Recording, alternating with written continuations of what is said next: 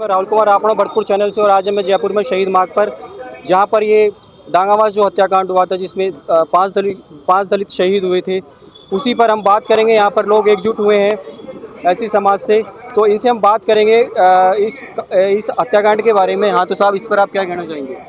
देखिए, ये हत्याकांड ऐसा जघन्य और इतना भयंकर विभत्स हत्याकांड था जो शायद इतिहास में पहले कभी नहीं हुआ और उसके बाद में भी नहीं हुआ। ये ऐसा कांड था जिसमें ज़मीनी विवाद में दलित समाज की, मेघवाल समाज के 5-6 व्यक्तियों को ट्रैक्टरों से कुचल कर मार दिया गया। इसका मुकदमा दर्ज हुआ।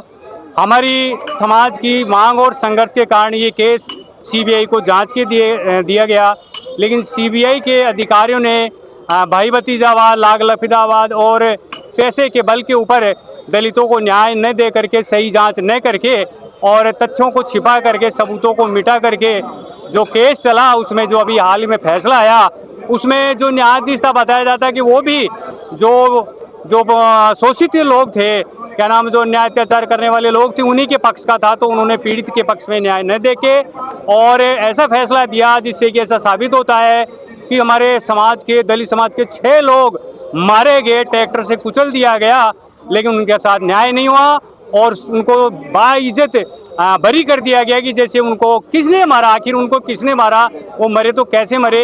ये एक क्वेश्चन मार्क खड़ा हो गया। इस पूरी न्यायिक प्रक्रिया के ऊपर एक सवालिया निशान है। साथ ही साथ पूरे दलित समाज में इतना भयंकर आक्रोश है, भयंकर गुस्सा है कि आखिर हमारे साथ न्याय क्यों नहीं हुआ।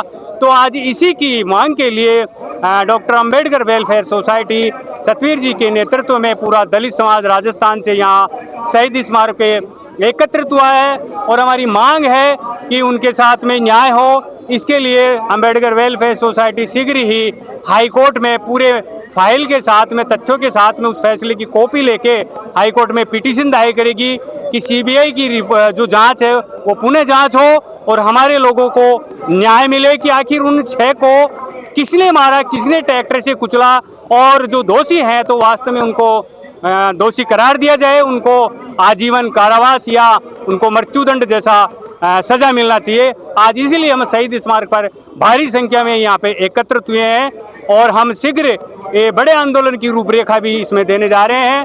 और जो मनुवादी पार्टियां हैं, विशेषकर भाजपा और कुछ कांग्रेस, तो ये मिली भगत करके दलित समाज के साथ न्याय नहीं करती है।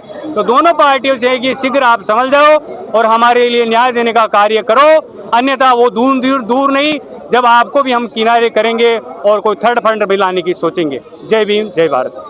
आप सब इस डांगावास का ये जो कांड हुआ है जिसमें ये 14 मई 2015 को ये हुआ था, 11 साल बाद फैसला आया है, इसमें 40 के 40 आरोपी बरी हो गए।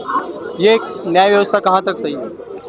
देखो, जो डांगावास हत्याकांड है, उस डांगावास हत्याकांड में पुलिस के द्वारा जिन लोगों के खिलाफ चार्जशीट पेश की गई और फिर न्यायालय द्वारा उनको बरी कर दिया गया, तो सरकार की ओर से जो अभियोजन पक्ष की ओर से जो पैरवी करनी चाहिए थी, उसमें कहीं सवालिया निशान है। और हम ये चाहते हैं कि न्याय पे एक क्वेश्चन मार्क है कि आखिर 5 लोगों को किन लोगों के द्वारा हत्या की गई और वो हत्यारे बच कैसे गए। यदि हत्यारे बच गए तो ये न्याय पे निशान, क्वेश्चन मार्क होगा, जिससे लोगों की न्याय के प्रति विश्वास खत्म हो जाएगा। इसलिए हम सब लोगों के द्वारा ये है कि न्याय मिले, इसकी अपील हो और जो पीड़ित पक्ष है उनको न्याय मिले। जय भीम, जय भारत, जय संविधान। जैसे मैं एक चीज़ और जानना चाहूँगा आपसे, हमारे दलित समाज के जो नेता हैं वो कौन इसकी सपोर्ट में खड़े हैं? हमारे इस फैसले को लेकर के पूरा राजस्थान का दलित समुदाय पीड़ित पक्ष के परिवारों के साथ खड़े हैं और ये राजस्थान अंबेडकर वेलफेयर सोसाइटी जो हमारे जयपुर में बनी है, पूरे राजस्थान लेवल की, उसके नेतृत्व में पूरा आयोजन किया जा रहा है। और वो जो वेलफेयर सोसाइटी है, doctor welfare society Jhalana Doongri, उसके नेतृत्व में है और उसके द्वारा रूपरेखा तैयार करके हम इसके आगे की रणनीति तैयार करेंगे।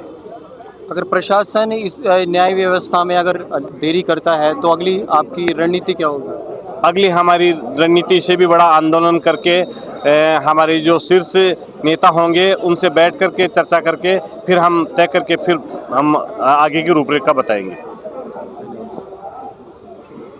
मैं अपने भरतपुर चैनल से राहुल कुमार, मेरे कैमरामैन सहायक विष्णु के साथ आपको ऐसी ही अपडेट देता रहूँगा। धन्यवाद।